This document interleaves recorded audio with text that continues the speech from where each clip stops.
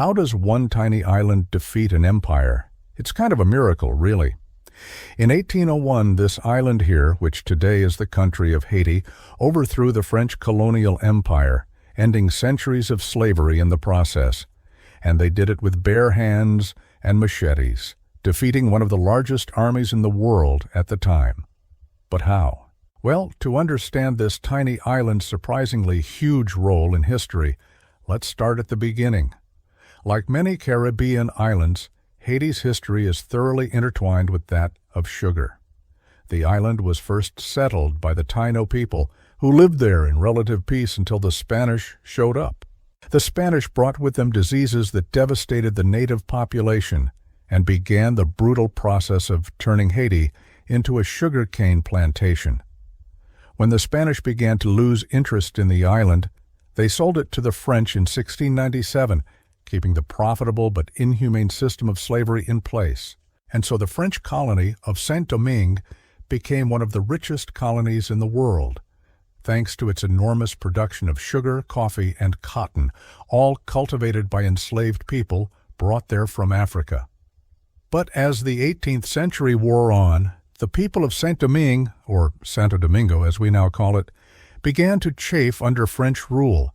In particular, they resented the growing influence of the British and the possibility that the island might be taken over by the British, which would be bad news for the French colonial elite who lived there. So in 1789, when the French Revolution broke out, the colonists of Saint-Domingue made a declaration of independence, establishing the first state in the Western Hemisphere to do so outside of the original 13 colonies. They went ahead and abolished slavery too, and declared all men equal before the law. But only a fraction of the population of Santo Domingo were actually allowed to participate in the new government.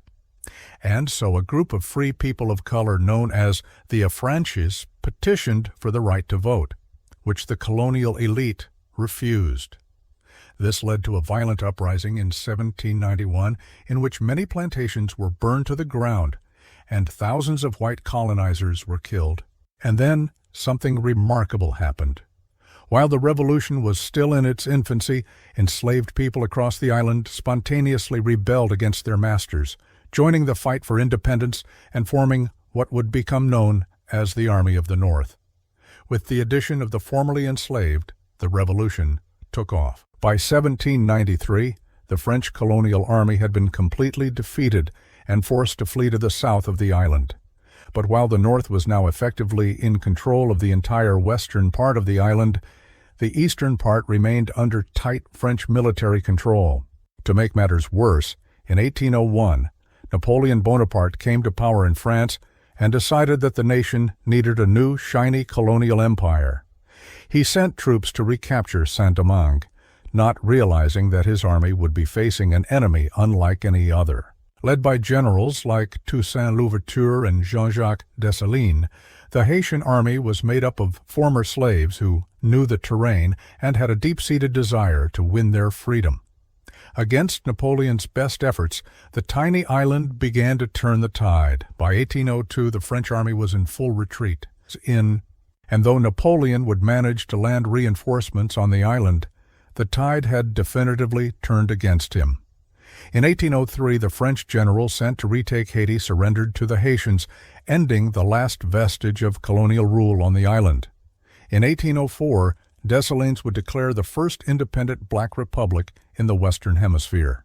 Though the United States would go on to annex Florida from Spain just a few years later, Haiti's independence stood in stark contrast to the continued institution of slavery in the American South, and though it would eventually be abolished in 1865, it was the example set by Haiti that inspired generations of enslaved people around the world to fight for their own freedom. For more ways that the Haitian Revolution changed the world, stay tuned for more information.